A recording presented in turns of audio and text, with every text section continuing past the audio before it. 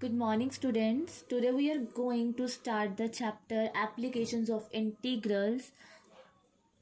So, before starting this chapter, you have to understand the concept of definite integrals.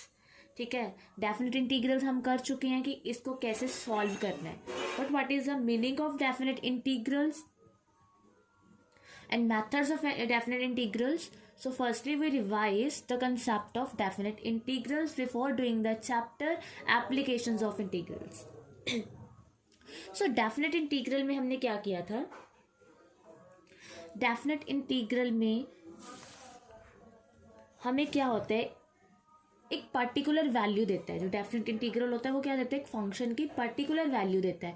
और जो indefinite था उसमें हम सी एज अ कांस्टेंट ऐड करते थे. मतलब जो इंडेफिनेट इंटीग्रल होता था उसे हम एंटी डेरिवेटिव बोलते हैं, एंटी डेरिवेटिव. और डेफिनेट इंटीग्रल हमें सिर्फ एक ही वैल्यू मिलती है. डेफिनेट इंटीग्रल में हमें लिमिट्स गिवन होती हैं, like a to b integral of F x D x. तो इसको हम कैसे सॉल्व करते थे कि मान लो हमारे पास फंक्शन की जो इंटीग्रेशन है वो एक और फंक्शन आ गया, अनदर फंक्शन 5x. ठीक है, बट हमारे पास लिमिट्स क्या है, a to b. सो हम इसमें बाद में लिमिट्स पुट करते हैं और इसको ऐसे सॉल्व करते हैं. ठीक है, so we get the particular value of F X with limits a to b. ठीक है, एक मेथड तो ये हमने किया था कि इसको कैसे सॉल्व करना है. ठीक है, ये मेथड आपने किया है सॉल्व, बहुत सारे सम्स किए आपने. इसको सॉल्व कैसे करना है ये आप कर चुके हो ना. सेकंड मेथड है limit as a sum. Limit as a sum. अब ये जो टॉपिक था वो आपके सिलेबस से कट कर दिया गया है. ठीक है, बट इसका कॉन्सेप्ट हम जरूर करेंगे कि इसका मतलब क्या होता है. तो डेफिनेट इंटीग्रल की value as a limit as a sum हम कैसे फाइंड करते हैं. एक तो ये सिंपल सा मेथड है. ठीक है, limit as a sum. So now we start how to find integral from a to b fx as limit as a sum. देखो हमने लेट कर लिया कि हमारे पास कोई भी फंक्शन है fx. लेट कर लिया, मान ली ये हमारे पास कोई कर्व है y इक्वल्स टू fx. ठीक है, अब हमें दो लिमिट्स गिवन होती है a to b. ठीक है, फंक्शन आपके पास ऐसा ही है बट अब हमने इसको करना है as a limit as a sum. तो मान लो हमारे पास जो लिमिट है वो क्या है, यहाँ पे a है, that means x equals to a, y equals to b. ठीक है, अब इसका मतलब क्या है, हमने ये चीज फाइंड करनी है. मेन डेफिनेट इंटीग्रल का मतलब क्या होता है, एरिया अंडर द कर्व और area made by the curve from x equals to a to x equals to b.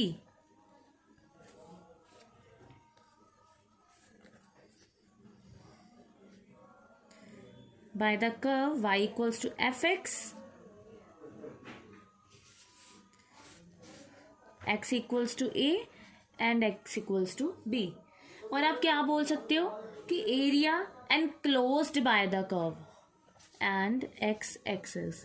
मतलब जो मेन डेफिनेट इंटीग्रल का मतलब होता है वो क्या होता है, area enclosed bye the curve. ये सारा एरिया मतलब इंटीग्रल हमें क्या देता है, एरिया.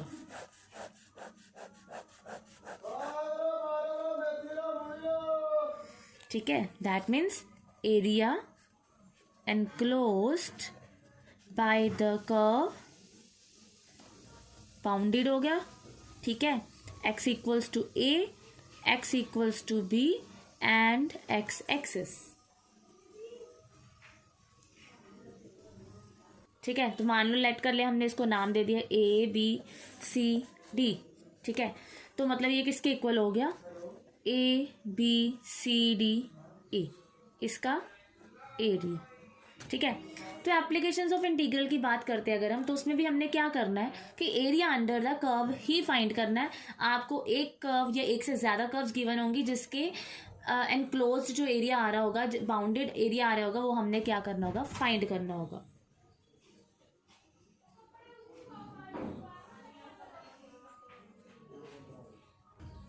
तो डेफिनेट इंटीग्रल है जो हमने, वो हमने सिंपल भी की है लिमिट्स पुट करके, ठीक है, इंटीग्रल किया, लिमिट्स पुट की, और हमने इंटीग्रल को सॉल्व किया as a properties of definite integral, उसको भी यूज़ किया। बट अब हमने करना है limit of a sum. Limit of a sum मतलब सम किसका करना है हमने, हम क्या करेंगे, वो जो पूरा एरिया हमें गिवन है, definite integral that means area, ठीक है, एरिया अंडर द कर्व, उस एरिया को हम अगर स्मॉल बहुत सारे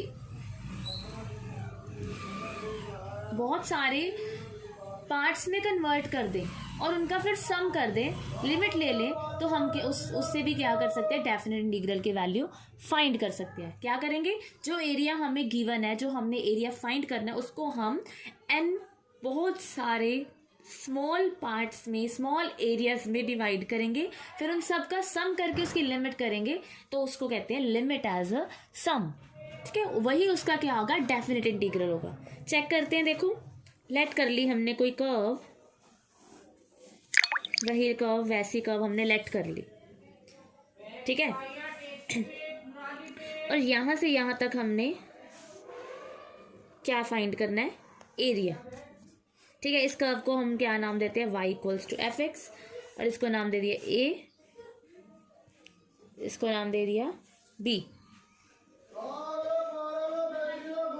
ठीक है। अब देखो हम क्या करेंगे, हमने क्या किया, इस एरिया को बहुत सारी ऐसे स्ट्रिप्स में डिवाइड कर दिया, देखो, ठीक है, बहुत सारी स्ट्रिप्स ले ली, ठीक है। तो अगर हम इन स्ट्रिप्स का एरिया निकाल लें, इन सभी स्ट्रिप्स का एरिया निकाल लें, ठीक है, और उसका फिर हम क्या कर ले, सम कर ले,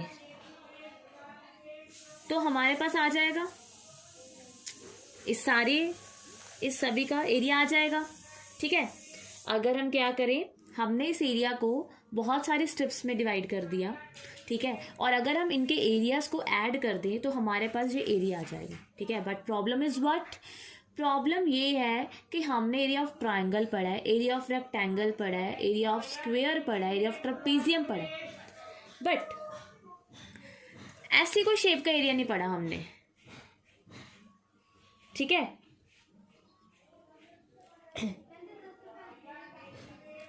तो हमने ऐसी कोई शेप का एरिया नहीं पढ़ा,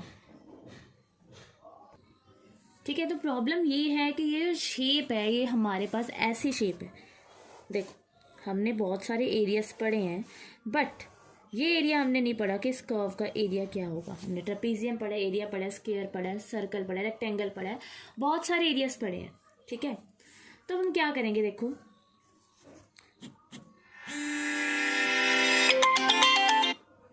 क्योंकि अगर हम ऐसे इसको रेक्टेंगल में कन्वर्ट करते हैं, ठीक है, और इसके एरियाज फाइंड करते हैं, तो ये एक्चुअल एरिया से कम आ जाएगा, हमने तो इस पूरे का एरिया फाइंड करना है। और अगर हम इस ऐसे रेक्टेंगल में कन्वर्ट करते हैं तो ये एक्चुअल एरिया से ज़्यादा आ जाएगा, तो हम ये चीज़ तो कर नहीं सकते, ठीक है। तो ध्यान से देखो हमने क्या किया, हमने लेट कर ली एन स्ट्रिप्स है, ठीक है, हम इसको 1 से नाम देते हैं, मान लो इसको x0 मान लिया, ये x1 है, ये x2 है, ये x3 है, सो ऑन अप टू ये जो है xn है, हमने लेट कर, ठीक है। तो हम इसके एरिया फाइंड करने के लिए क्या करेंगे, देखो हमने लेट किए हैं कि हमारे पास जो स्ट्रिप्स है, नंबर ऑफ स्ट्रिप्स है वो कितनी है, n है, ठीक है, n नंबर ऑफ स्ट्रिप्स है हमारे पास, ये चीज़ हमने लेट की है, x0 x1 x2 x3 so on up to xn, ठीक है। और इसकी जो विड्थ है वो हमने लेट कर ली, क्या है, h है, क्या है, जो विड्थ ऑफ ईच स्ट्रिप है वो हमने क्या लेट कर ली, h। तो अब देखो h क्या होगा, व्हाट इज h, अब ये h की वैल्यू क्या होगी, देखो b minus a divided by n, why, क्योंकि h हमने फाइंड करना है, हमने क्या किया, इस पूरे एरिया को n स्ट्रिप्स में कन्वर्ट किया, ठीक है, और हमें क्या चाहिए, हर स्ट्रिप की विड्थ चाहिए जो सेम होगी, हमने सेम विड्थ में, सेम स्ट्रिप्स में, सेम विड्थ के स्ट्रिप्स में इसको डिवाइड किया है, तो जो h किसके इक्वल होगा, देखो पूरी लेंथ क्या है, ये a है, ये बी है, तो पूरी लेंथ क्या आएगी, बी माइनस ए। ठीक है, जो पूरी लेंथ है वो क्या आएगी, बी माइनस ए। और कितने नंबर ऑफ स्ट्रिप्स है, एन। तो इसको जब हम डिवाइड करेंगे तो हमारे पास ये क्या आ जाएगी, विड्थ ऑफ ईच स्ट्रिप। ठीक है, तो अब ध्यान से देखो, अगर हम एच को कर दे tendings to zero, h tendings to zero, मतलब ये जो विड्थ है एच है ना, ये इसको अगर हम कर दे एच टेंडिंग्स टू जीरो, मतलब ऑलमोस्ट ये बिल्कुल थिन सी स्ट्रिप है, ऑलमोस्ट जो एच है यहाँ पे क्या हो जाएगा, टेंडिंग टू जीरो, मतलब जीरो के इक्वल नहीं होगा बट लगेगा ऐसे कि वो टेंड कर रहा है जीरो को, मतलब बिल्कुल ब्रेक विड्थ वाला, बहुत कम विड्थ वाला हमने क्या कर लिया, स्ट्रिप, इसको बहुत कम स्ट्रिप्स, कम विड्थ के स्ट्रिप्स में कन्वर्ट कर दिया। ये देखो, ठीक है। तो अब देखो ऑलमोस्ट ये जो हमारे पास स्ट्रिप बन रही है एक और, ये तो ये ऑलमोस्ट रेक्टेंगल है, ये ऑलमोस्ट क्या है, अब हमें दिख रहा है, देखो हमारे पास ये एरिया था, ये थी स्ट्रिप। ठीक है, हमारे पास ये विड्थ कितनी है, एच। अगर हम कर दे एच टेंडिंग टू जीरो, तो जो हमारे पास ये स्ट्रिप आएगी ये ऑलमोस्ट क्या होगी, रेक्टेंगल। ठीक है, तो हम कह सकते हैं कि जो इसका एरिया होगा ये रेक्टेंगल्स में कन्वर्ट हो गया, मतलब इनफाइनाइट रेक्टेंगल्स बन जाएंगे इस एन स्ट्रिप्स के साथ। ठीक है, तो अगर देखो एच टेंडिंग टू जीरो है, अगर एच किसको टेंड कर रहा है, जीरो को, एच टेंडिंग टू जीरो, तो एन किसको टेंड करेगा, इन्फिनिटी को, 1/h।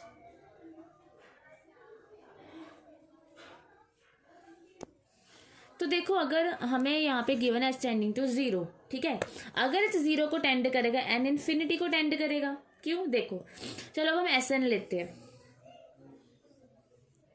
अब देखो हम इस एस एन, हमने क्या करना है, इसका एरिया फाइंड करना है। ठीक है, तो अब इसको कैसे लिख सकते हैं, अब तो हम लिख सकते हैं, ये हमारे पास एक तरह से रेक्टेंगल्स हो गए, तो हम लिख सकते हैं कि लेंथ इंटू ब्रेड्थ, रेक्टेंगल का एरिया क्या होता है, लेंथ इंटू ब्रेड्थ। तो देखो पहले हमने इसका एरिया लिया, ठीक है, इस रेक्टेंगल का, ओके, तो जो लेंथ है वो क्या है हमारे पास, ए, एफ ऑफ ए। ठीक है, और जो विड्थ है वो क्या है, एच, लिख सकते हैं इसको, इसका एरिया क्या हो गया, जो विड्थ है वो हमारे पास एच है, और जो लेंथ है वो क्या है, एफ ऑफ ए। यहाँ पे अगर एक्स ए है तो लेंथ क्या होगी, एफ ऑफ ए, वाई की वैल्यू एफ ऑफ एक्स है। सिमिलरली आगे विड्थ तो हमारे पास एच ही है, तो इस एक्स वन को हम ये लिख सकते हैं, F of A plus H, क्योंकि ये ए है और ये विड्थ एच है, तो यहाँ पे एक्स वन क्या होगा, ए प्लस एच। ठीक है, सिमिलरली विड्थ एच ही है, तो इस एक्स टू को हम लिख सकते हैं F of A plus two H. तो ये क्या हो रहा है, length into breadth, length into breadth, length into breadth, ये लेंथ है और ये ब्रेड्थ है, ये लेंथ है ये ब्रेड्थ है। ठीक है, सो ऑन अप टू ये कहाँ तक जाएगा, H into F of A plus N minus one H. क्यों, एन तक क्यों नहीं गया, यहाँ पे एन माइनस वन क्यों आया, बिकॉज हमने इसका एरिया लिया ना कि इसका एरिया लिया। ठीक है, इसका एरिया लिया, तो यहाँ पे क्या आएगा, एन माइनस वन, जो लेंथ आएगी वो क्या आएगी, एन माइनस वन, और जो विड्थ है वो क्या है, एच। ठीक है, और इसको हम ऐसे लिख सकते हैं, एच हमने कॉमन निकाल लिया, F of A plus F of H so on up to F of A minus one H. ठीक है, ठीक है, बट इस एन स्ट्रिप्स के अंदर हमने क्या किया है कि ये हम एरियाज, मतलब ये रेक्टेंगल्स में कब कन्वर्ट होगा, जब हमारे पास जो लिमिट है वो क्या होगी, एच टेंडिंग टू जीरो, तभी हम कह रहे हैं ये ऑलमोस्ट रेक्टेंगल हो रहा है। ठीक है, तो ऐसे नहीं, जो इसका सम क्या है वो किसके इक्वल आ गया, limit H tending to zero H into F of A plus F of A plus H plus so on up to F of A plus N minus one H. ठीक है, और अगर एच टेंडिंग टू जीरो है तो N टेंडिंग्स किसको, N किसको tend करेगा, infinity को टेंड करेगा, बिकॉज जो एच है वो किसके इक्वल है, B minus divided by N. ठीक है, तो अगर एच टेंड कर रहा है ज़ीरो को तो एन, अगर हमने एच को देखा तो एच ज़ीरो को टेंड कर रहा है, और अगर हम एन में देखें तो एन किसको टेंड करेगा, इन्फिनिटी को, बिकॉज अगर एन इन्फिनिटी को टेंड करेगा तभी ये चीज़ ज़ीरो बनेगी, और ये किसके इक्वल है, एच के इक्वल है।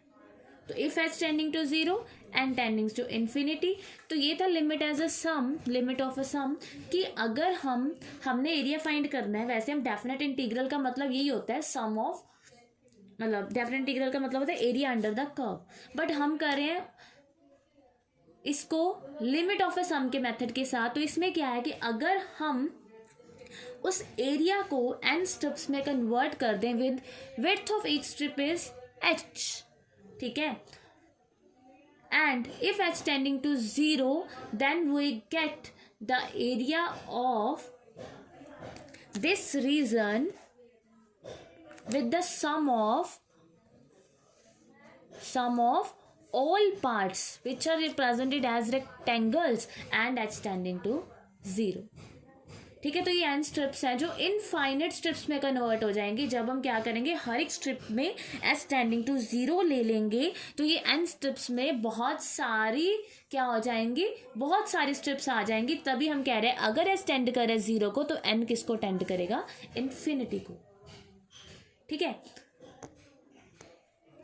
देखो इसको हम आगे भी लिख सकते हैं, आगे भी एक्सप्लेन कर सकते हैं, मतलब अगर हम एच की जगह पुट कर दे b minus A by N, तो देखो हमने एच की जगह पुट कर दिया b minus A by N F of A plus H so on up to F of A plus N minus one H.